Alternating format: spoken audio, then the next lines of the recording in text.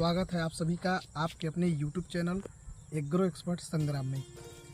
इस चैनल के माध्यम से हम आपको कृषि से संबंधित सभी जानकारियां, सलाह, सुझाव, खेती बाड़ी कैसे करना चाहिए, सारी जानकारियां वीडियो के माध्यम से देता रहूँगा।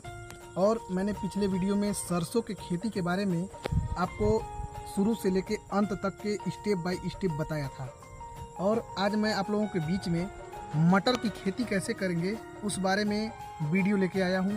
आप वीडियो के अंत तक बने रहिएगा। चैनल पे नए हैं तो चैनल को सब्सक्राइब करिएगा, लाइक करिएगा और फिर बेल आइकन को भी दबा दीजिएगा। तो सबसे पहले हम बात करते हैं कि मटर की खेती के लिए अच्छा समय कौन सा होता है। तो मटर की खेती करने के लिए सबसे अच्छा समय 10 अक्टूबर से 15 नवंबर के बीच तक का सही समय माना गया है। अब कुछ लोग ये कहेंगे कि हम सितंबर में मटर की खेती क्यों नहीं कर सकते। तो सितंबर के महीने में बरसात का समय होता है, खेतों में पानी लगा होता है, जिससे मटर के फसल को पानी से नुकसान हो जाता है। इसलिए हमें क्या है कि 10 अक्टूबर के बाद और 15 नवंबर के बीच में ही मटर की खेती करना चाहिए। अब बात करते हैं कि मटर की खेती के लिए कौन सी मिट्टी सही होती है। तो मटर की खेती के लिए मुख्यतः लाल मिट्टी, दोमट मिट्टी और बलुई मिट्टी सबसे सर्वोत्तम मिट्टी मानी गई है। और ये हो गई हमारे मिट्टी के प्रकार जिस पे हम अपने मटर की खेती को आसानी से कर सकते हैं, अधिक पैदावार ला सकते हैं, अधिक मुनाफा कमा सकते हैं।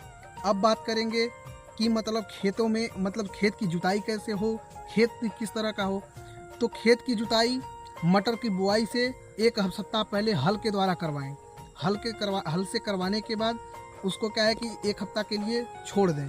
एक सप्ताह छोड़ने के बाद क्या है कि मिट्टी थोड़ी सूख जाएगी। मिट्टी जब सूख जाए तो उसके बाद से हम फिर अपने खेत में 15 दिनों के बाद जाएं। 15 दिनों के बाद जाने के बाद हम क्या है कि खेत को एक बार रोटावेटर से फिर से उसकी जुताई करवा लें। रोटावेटर से जुताई करवाने के बाद हमारा खेत पर पूरी तरह से तैयार हो जाएगी मटर की खेती के लिए। अब हम बात करेंगे कि मटर की खेती के लिए किस किस्म का बीज लें।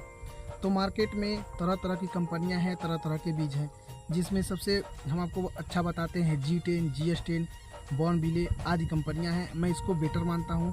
आगे आप किसी भी कंपनी का बीज लेके अपने खेत में लगा सकते हैं। बीज के खेत में बीज के बीच की दूरी क्या है कि 7 से 8 सेंटीमीटर की होनी चाहिए।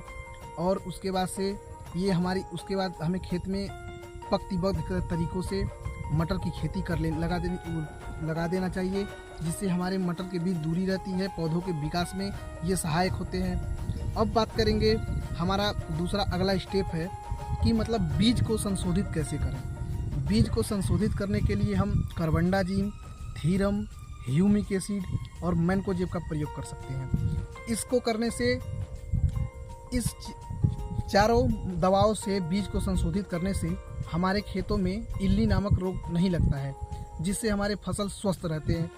अब हम बात करेंगे कि बीज की बुआई हो गई, हमने मिट्टी भी सही कर लिया, खेत भी अपना सही कर लिया, बीज संशोधित भी कर लिया।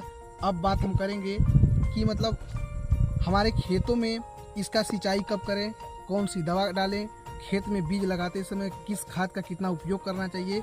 तो हम आपको बता देते हैं कि 1 एकड़ मटर लगाने के लिए हम 30 kg NPK 12-32-16 का प्रयोग करेंगे, जिसमें हम क्या है कि 10 किलो सिंगल सुपर फास्फेट मिला सकते हैं, जिससे कोई दिक्कत नहीं होगी। ये हमारे लिए लाभदायक होगा। अब आगे बात करते हैं सिंचाई खेत की कब करें और सिंचाई करने के बाद इसमें क्या डालें क्या ना डालें। तो हम आपको बता दें कि सिंचाई पौधों में फूल लगने के बाद हम कर सकते हैं एक सिंचाई। दूसरी सिंचाई जो है कि हम एक बार मटर की तुड़ाई करने के बाद दूसरी सिंचाई कर लेते हैं। खास करके मटर की खेती के लिए पानी का कोई बहुत ज़्यादा महत्व नहीं होता है और अधिक पानी से हमारे खेत में उकटा रोग भी पकड़ लेता है।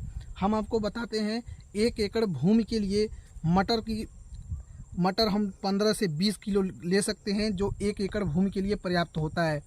और आगे हम बात करेंगे ये हमारी मटर के खेत के लिए हम अपने खेतों में सिर्फ 2 बार ही पानी चलाएं, 2 बार सिंचाई करेंगे, जिससे हमारा मटर अच्छे से तैयार होगा। बहुत ज़्यादा पानी का कोई महत्व नहीं होता है।